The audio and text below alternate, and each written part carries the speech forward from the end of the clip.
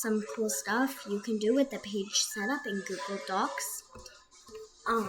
So one first thing that I think is really cool that you can do is if you go to page setup on the files, you can choose it to be a portrait.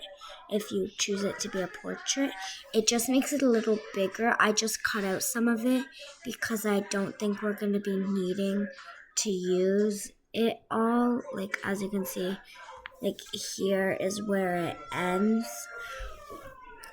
So, yeah, that's pretty cool too. Oh, my mouse wasn't moving. Hold on. Okay, so the second thing you can do with the page setup is change the page color.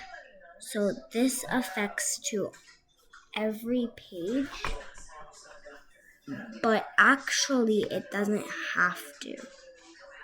So if we add another document tab, and we go to File, a document tab is basically another tab that's different.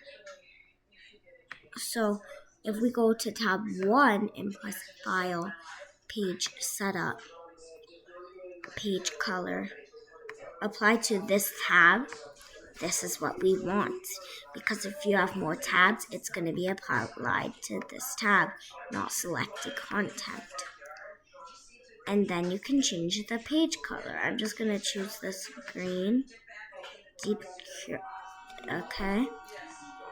So, yeah, that's another cool thing. I think it is really good. The second thing, well, no, not the second thing, but other things you can do. My mouse is being really weird for some reason. Okay, whatever. So, I will be making a video about the page listing, where it basically allows you to add wide images, I guess, to the tables and consume content without the interruption of page breaks. I will be learning that soon. So whatever about that, you can change the background color of that. Well, so like I don't know why it just got really big. Like that's not normal. But whatever. So yeah.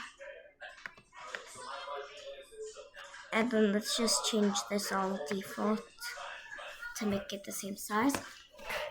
So yeah, if you guys enjoyed today's video, I hope I see you in the next one. Peace, I am out.